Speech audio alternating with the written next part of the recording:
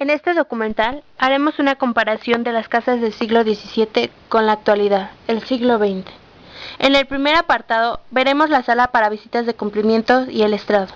Esta sala se utilizaba para recibir visitas de cumplimiento. Este lugar estaba situado en la parte alta de la vivienda. En esta misma habitación había estrados que eran espacios femeninos. Aquí mismo, la señora de la casa recibía formalmente invitados de su mismo nivel social. Sobre las alfombras de los estrados se disponían los asientos para las señoras, que eran cojines y taburetes, y para los hombres habían sillas y canapés. En esta misma sala se utilizaban biomos de menor altura llamados rodeestrados. Estos eran utilizados en los estrados. Tenían la finalidad de limitar los estrados a la vez que servían como telones de fondo a estos espacios. Una actividad en los estrados fue beber chocolate acompañado de pan dulce, al igual que el arte de la conversación. La forma de iluminar estas salas era por medio de candiles de plata que colgaban de los techos en las habitaciones. En la actualidad, se utiliza la estancia o sala, que tiene como función reunir a la familia y recibir visitas. Está situada en la parte baja de la vivienda, ya que se encuentra en la entrada de esta misma. Esta sala se ilumina con focos o lámparas que se encuentran en el techo.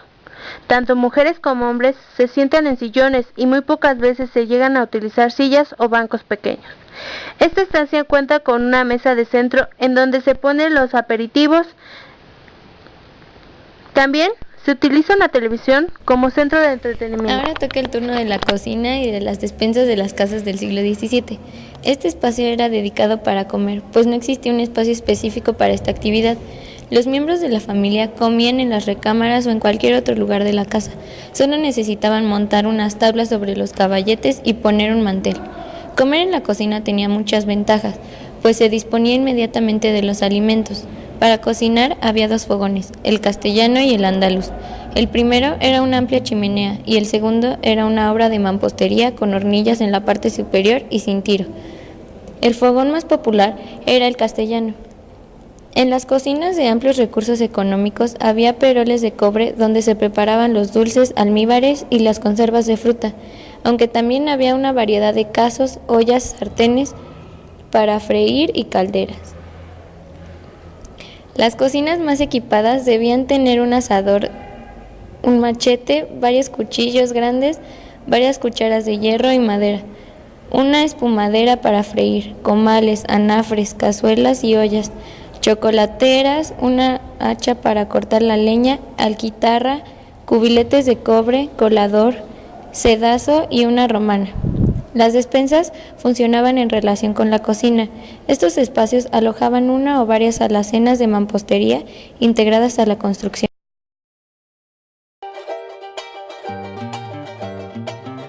En este tiempo podemos ver que en todas las casas de clase media tenemos la mayoría de los artefactos que, a diferencia del siglo XVII, solo tenían las casas de clase alta.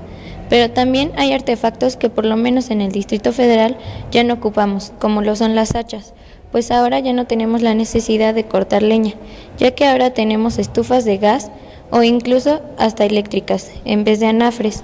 En algunas casas de gran tamaño aún podemos ver el espacio de la despensa, pero en muchas otras que son de menor tamaño solo vemos una alacena.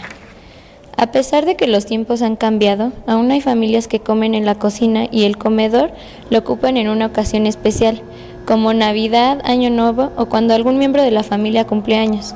En la cocina ahora podemos ver la televisión, aunque viéndolo bien, este artefacto no debería estar en esta habitación, pues ya no nos da la oportunidad de convivir en familia.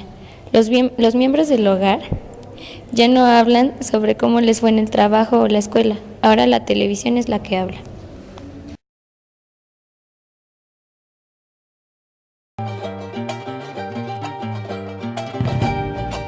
Continuemos con las recámaras y el tocador. Era costumbre que el hombre de la casa y su mujer tuvieran dormitorios separados. El mueble más importante de las recámaras era la enorme cama. Se complementaban con ostentosos cortinajes que daban lugar al único espacio de intimidad con que se contaba en la casa. Las camas incluían 4 grandes pilares de madera, uno en cada esquina del lecho. Las camas podían tener una o dos cabeceras. Podían ser de dos tipos, camas enteras o medias camas. Cuando una familia viajaba fuera de la ciudad, era común que cargara con las camas de campo, de caminar o de camino. Eran muebles pegables que se armaban en las ventas de caminos. No había en las recámaras de esta época ni roperos ni cómodas. En el tocador se llevaba a cabo el complicado arreglo personal de los miembros de la familia.